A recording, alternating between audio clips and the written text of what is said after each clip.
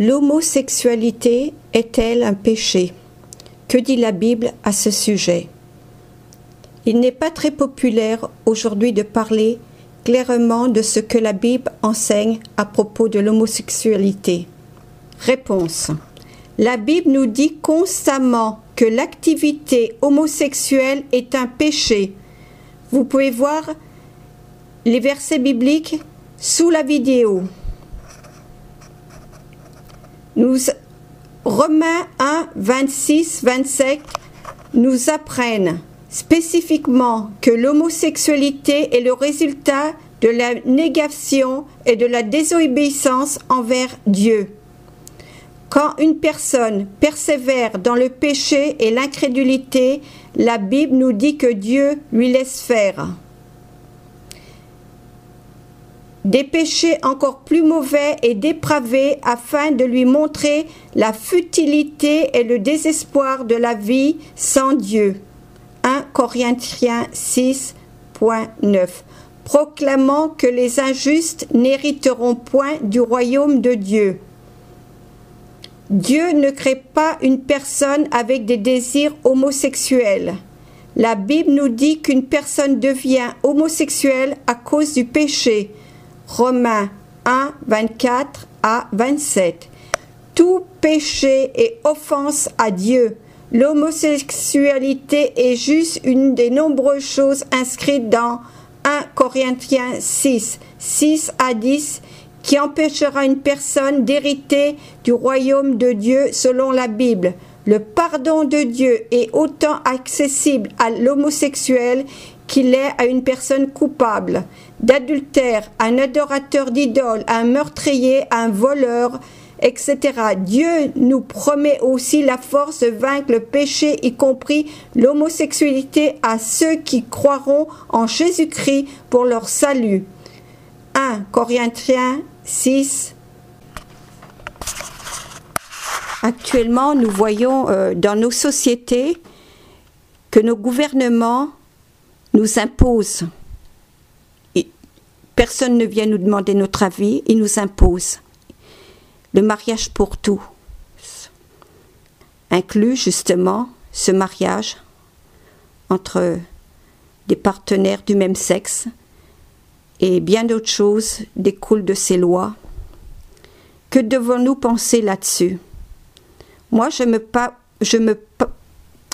pose devant la position que Dieu dit de ces attitudes vis-à-vis de nos gouvernements.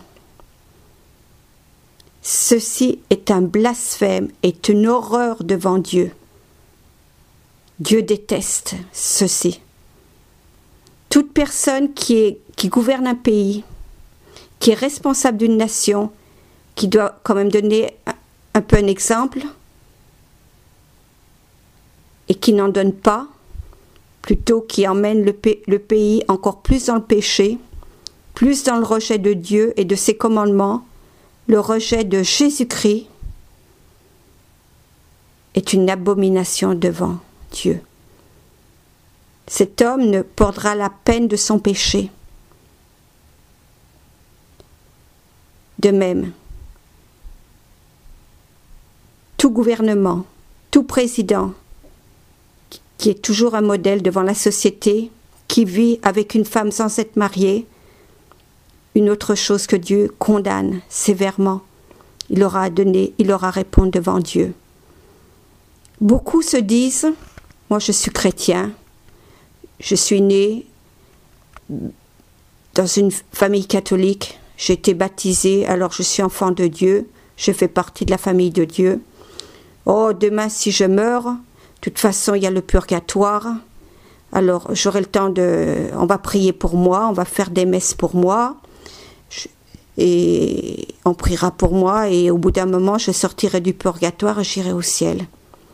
Savez-vous que lorsqu'on vous a parlé, lorsqu'on vous a dit que vous étiez enfant de Dieu par le baptême, c'est totalement faux.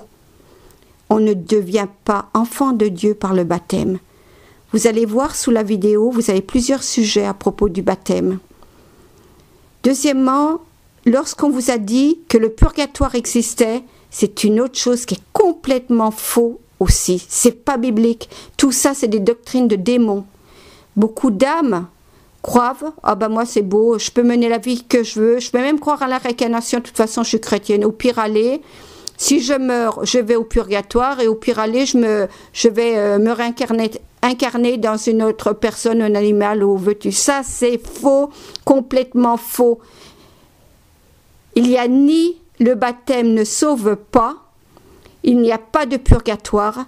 Après la mort, écoutez bien ce que je vous dis, après la mort, il y a le jugement. Il n'y a que 2 chemins, il n'y en a pas 3. Il n'y a pas 3 chemins.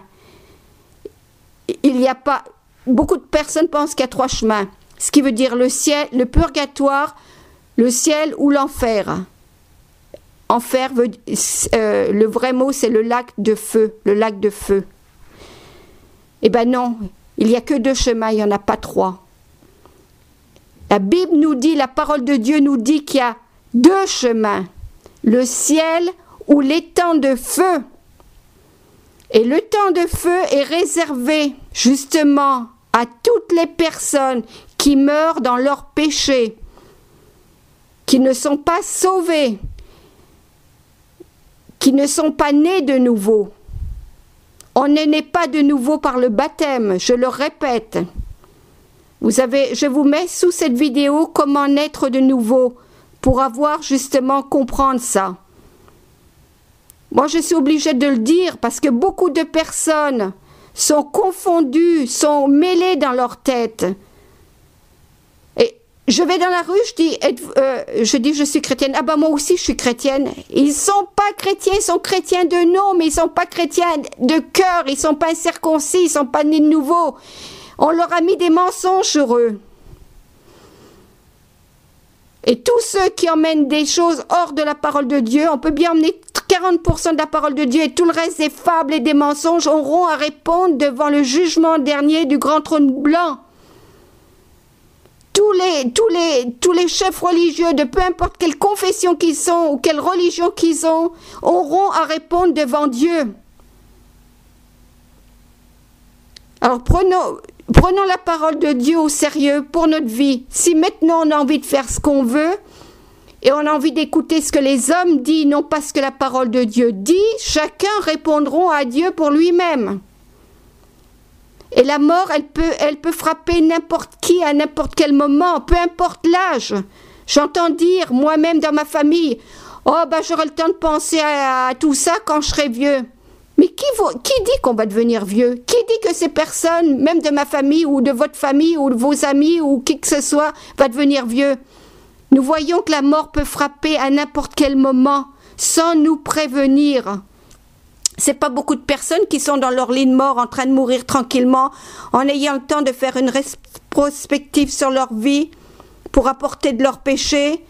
Beaucoup sont fouettés par la mort. Je vois ma propre sœur a été fouettée dans la mort comme ça, et pourtant elle levait le poing contre Dieu. Alors à bien réfléchir. Moi je ne veux pas du tout blâmer nos gouvernements. La seule chose que le Seigneur nous demande, c'est de prier pour eux, tous les hommes en position de pouvoir, et notre président ou premier ministre, ou peu importe qui on a, c'est de prier pour eux, pour qu'ils arrivent à la repentance, parce que aussi, ils auront plus à répondre aussi devant Dieu, puisqu'ils ont dirigé des gouvernements. En outre, toute personne qui apporte la parole, pasteur, peu importe qui, auront aussi à répondre. La parole de Dieu le dit, seront plus sévèrement jugés que les autres. Alors, prenons en considération ce que Dieu dit. Nous devons suivre qui? Les hommes ou suivre Dieu? La plupart des gens ne connaissent même pas la parole. Ils se disent chrétiens, ils ne connaissent même pas ce qui est marqué dans la parole. Parce qu'ils sont feignants, ils ne veulent pas. Il y a beaucoup de feignantise aussi, ça ne les intéresse pas, mais qu'ils demandent à Dieu. Dieu est prêt à les aider. Dieu connaît les cœurs, ils sondent les cœurs. Si on est trop feignant pour écouter ou ouvrir une Bible ou même écouter une prédication ou quoi que ce soit, on récolte les fruits de sa feignantise, et une feignantise même spirituelle. Or que Dieu vienne à notre secours Si nous avons une faille ou une faiblesse à quelque part, il est là, Jésus est là. Tant qu'on n'est pas mort, qu'on a encore un souffle sur cette terre, il est venu pour sauver les malades et les malades du péché. Il est venu pour libérer les captifs. Tant qu'on a le souffle, il peut venir à nous et nous sauver, mais nous devons nous repentir et venir près de lui par la foi pour recevoir le pardon des péchés. Il faut naître de nouveau pour devenir une nouvelle créature, un enfant de Dieu, un vrai enfant de Dieu, non pas un enfant de Dieu de nom, par un baptême ou par une confession faite du bout des lèvres, puis elle n'est pas faite du cœur, c'est une fausse confession. Il faut naître de nouveau de l'esprit, vraiment naître de nouveau. Or que Dieu nous vienne en aide. Je vous souhaite une bonne journée et merci de m'avoir écouté. Que Dieu vous bénisse et surtout, prenez en considération ce que Dieu dit dans sa parole. Que Dieu vous bénisse. Au revoir.